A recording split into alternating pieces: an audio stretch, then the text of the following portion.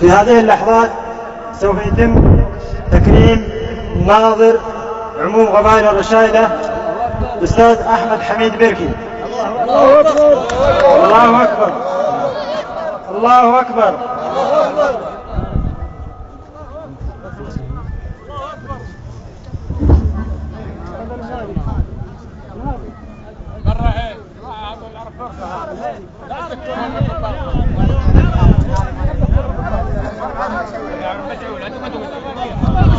الله أكبر الله أكبر الله أكبر.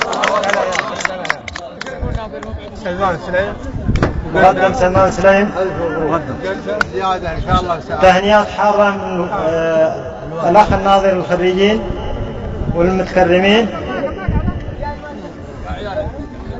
أحمد براك، سلمي، حمدان، ملازم محمد، علي، ملازم بركة سليم، عوض، أحمد سالم، وليش مبارك زغلول.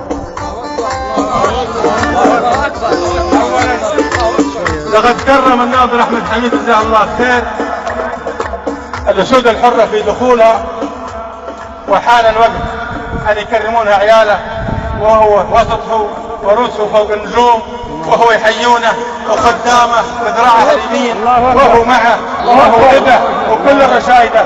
وهذه لحظات تاريخيه نعيشها والتي يتحرك فيها الوجدان وتنفجر فيها المشاعر.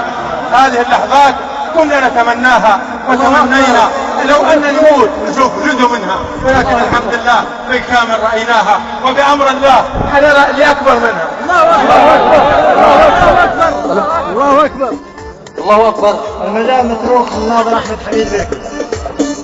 أعوذ بالله من الشيطان الرجيم. بسم الله والصلاة والسلام على رسول الله. نحيي الأخ الدكتور الوزير مبروك مبارك سليم قائد ثورة الأسود الحرة وأفد رجال القبيلة والرجل الذي سعى لخير كل هذه الأمة في الرشايدة خاصة وفي السودان عامة. وربنا إن شاء الله يعني يطول في أيامه ويجزاه خير عنا وعن أمة الإسلام جميعا. ونحيي أبنائنا الخريجين تحية الإسلام الخالدة، ونسأل لهم الله أن يوفقهم إن شاء الله في كل يعني خطواتهم المقبلة، ويجعلهم قدوة لأهلهم وللإسلام وللسودان خاصة والإسلام عامة. ونسأل الله أن يجعل خطاهم خير ودخولهم علينا خير، وأن يزيدهم إن شاء الله منعة وقوة وإيمان وصلابة وحماية لوطنهم ولدينهم إن شاء الله. الله أكبر.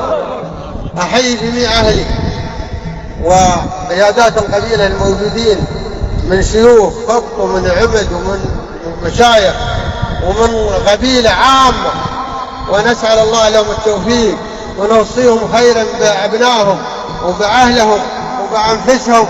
وإن شاء الله نحن بإذن الله كقبيلة هنكون يعني بإذن الله قبيلة وحدة وقبيلة سلام وقبيلة إن شاء الله نجمع السودان كله في صف واحد والمسلمين في صف واحد.